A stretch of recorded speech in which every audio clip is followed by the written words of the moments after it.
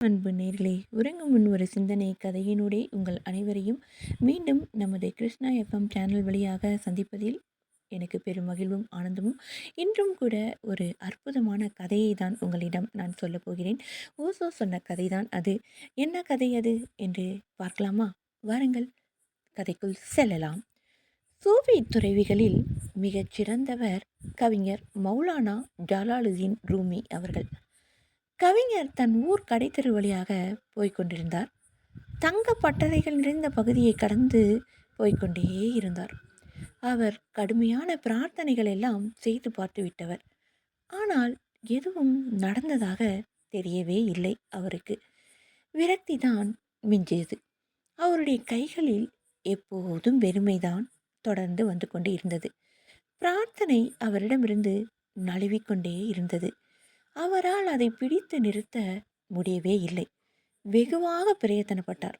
முஷ்டியை இறுக்கி வைத்து முயற்சி செய்து பார்த்துவிட்டார்.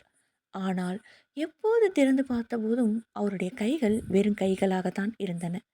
தங்க பட்டறைகள் நிறைந்த பகுதி வழியாக கடை வீதியில் நடந்து கொண்டிருந்தார் அவர். தங்க பாலங்களை தட்டி தட்டி உருவம் கொடுத்து கொண்டிருந்தார்கள். அங்கே ஏகப்பட்ட இரைச்சல். அவர் அங்கே கொஞ்ச நேரம் நின்றார். திடீரென்று அவரை எதுவோ பிடித்து கொள்வது போல இருந்தது. சுத்திகள் தங்கத்தை தட்டும் போதெல்லாம் அல்லாஹ் அல்லாஹ் என்ற ஒலி கிளம்புவதை கேட்டார். அவரால் நம்பவே முடியவில்லை. ஒரு சூட்சமமான மாற்றம் அவருக்குள் நிகழ்ந்தது. அவரை ஒரு பரவசம் நிறைத்தது. நடனமாட ஆரம்பித்து விட்டார். அப்படியே சுழல் காற்றாக சுழன்று சுழன்று நடனமாட ஆரம்பித்து விட்டார். அன்று அந்த சின்னஞ்சிறிய ஊரில் தங்க ஆசாரிகள் தட்டி எழுப்பிய ஒளியில் ரூமியின் முதல் பரவச நடனம் ஆரம்பமானது. செய்ய வேண்டும் என்று நினைத்து செய்த காரியம் அல்ல அது. ஆனால் அந்த பரவச நிலையில் வேறு என்ன செய்ய முடியும்?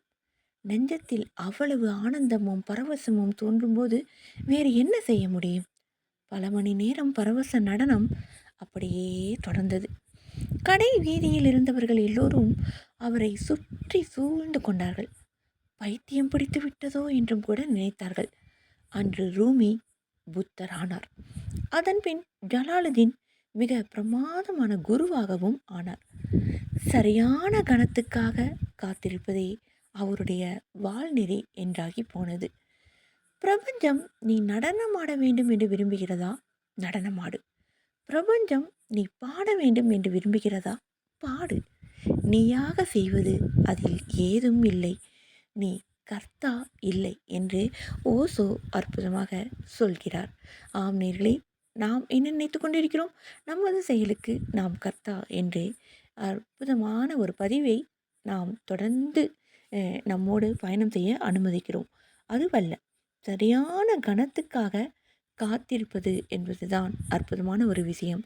இங்கே பாருங்கள், ரூமி எவ்வளவு அற்புதமான ஒரு நடனத்தை அந்த தங்க நகைகள் செய்யும் பட்டறைகளில் எவ்வளவு ஒளி இரைச்சலாக இருந்தது. ஆனால் அந்த இரைச்சலில் அவர் உணர்ந்தது இறைவனை.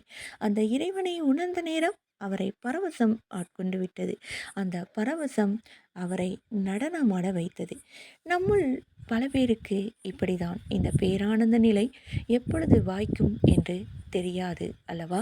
ஆனால் அந்த பேரானந்த நிலை வாய்த்துவிட்டால் அதுதான் நாம் வாழ்வை வாழ்ந்ததற்கான ஒரு அர்த்தம் என்று சொல்லலாம். அன்பு நேர்களே, அப்படியே வாழ்க்கை அப்படிங்கிறது மிகவும் கடுமையான ஒரு விஷயமா என்று கேட்டால் நிச்சயமாக இல்லை. ஆனால் அந்த வாழ்வை புரிந்து கொண்டவர்களுக்காக தான் வாழ்க்கை காத்து கொண்டு இருக்கிறது என்று சொல்லலாம். ஆனால் வாழ்க்கையை காக்க விட்டுவிட்டு நாம் ஏதோ ஒரு பயணத்தில் சென்று கொண்டிருப்பதால் யாருக்கும் இங்கே ஆனந்தம் கிடைக்கப் போவதில்லை. அப்படித்தானே அன்பினர்களே? இதை அப்படியே உரு போட்டுக்கொண்டே இருங்கள்.